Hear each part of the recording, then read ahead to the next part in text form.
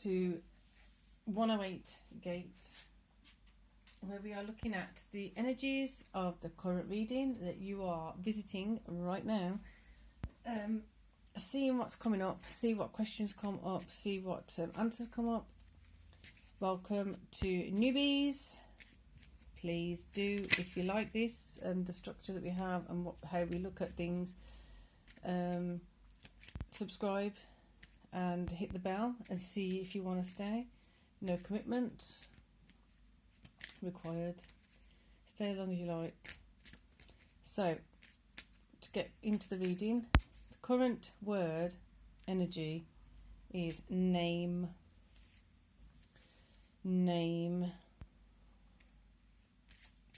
So when this popped up, it's when somebody is called a name, the actual process of naming something.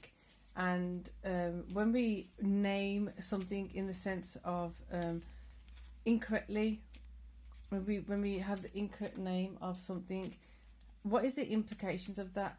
If you are being called names, if you're called like a higher quality name, it's obviously going to give you a better well, depending on who you are. The implication of that will be that usually we feel a happier vibe, a happier energy, a happier frequency from that. Whereas if it's like a mean name with a mean intention, with a derogatory kind of connotation, then it's not going to be as friendly feeling as a recipient of that. So we've got peace. What do you name yourself as? What is your name? Does your name fit you? So if you look at the meaning of your name, does it actually fit you? When people have nicknames, where's that nickname come from? Is it something that's playful? Is it something that's endearing and it's between two people?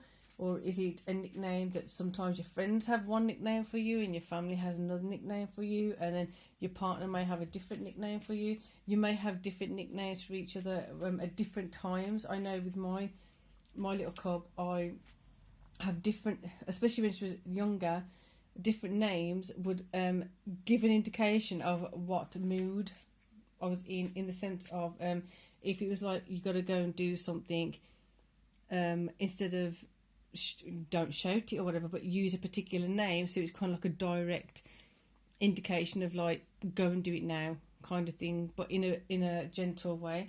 But then if it was in a playful mood, silly mood, and then it's a different nickname. If it was we need to have a chat because your homework needs doing or something like that, or whatever it was, there's like a different name being used.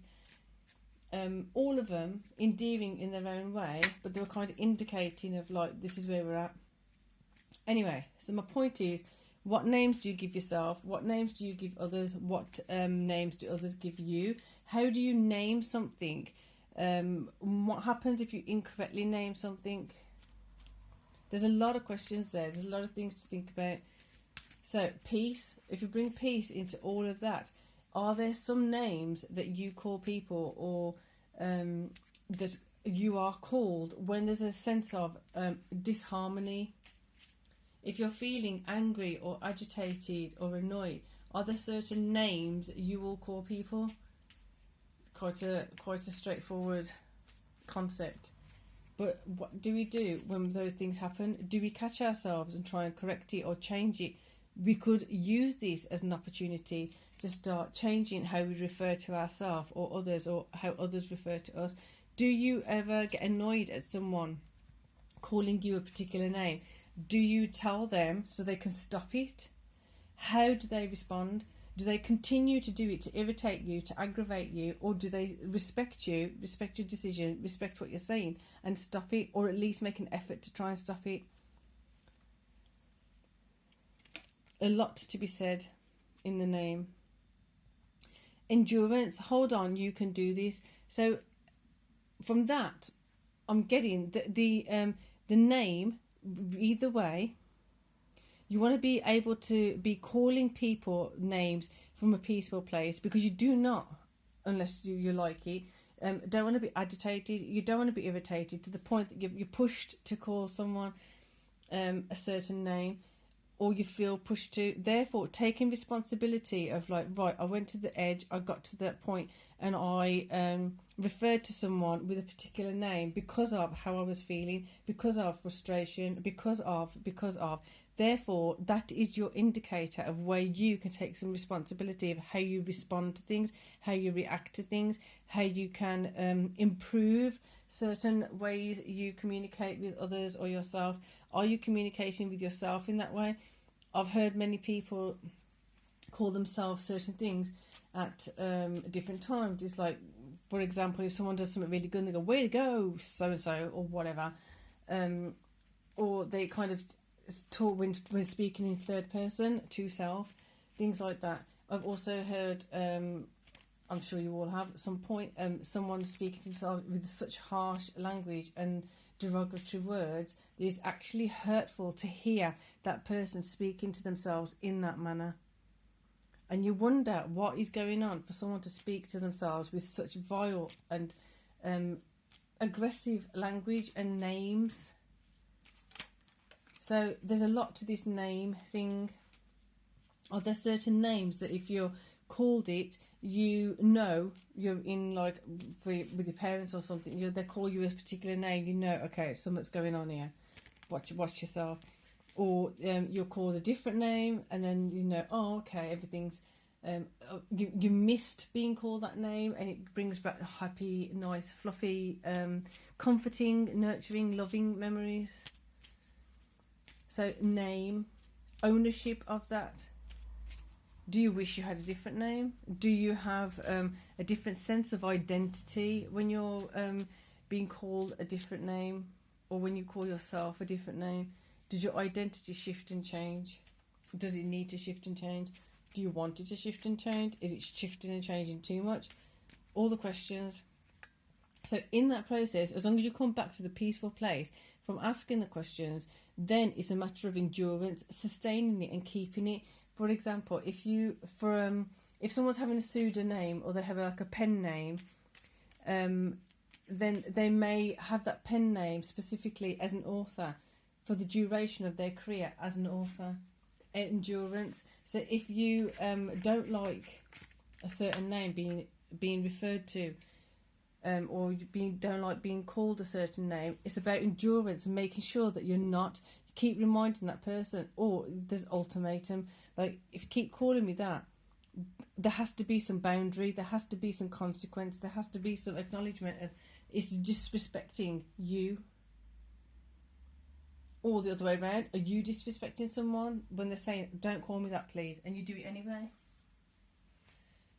Keep it clean, keep it sweet, keep it realistic. Ones. Okay, action required here, because we had the ones yesterday. We had 2 ones yesterday. So I'd check that out.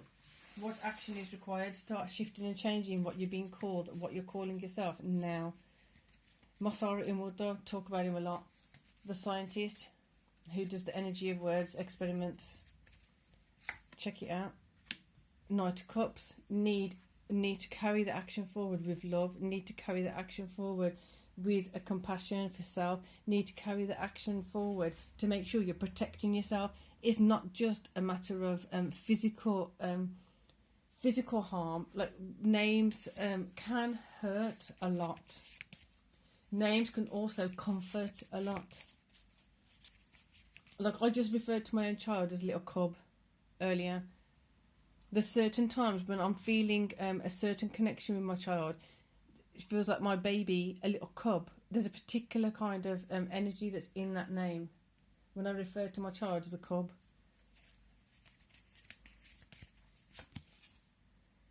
Wow.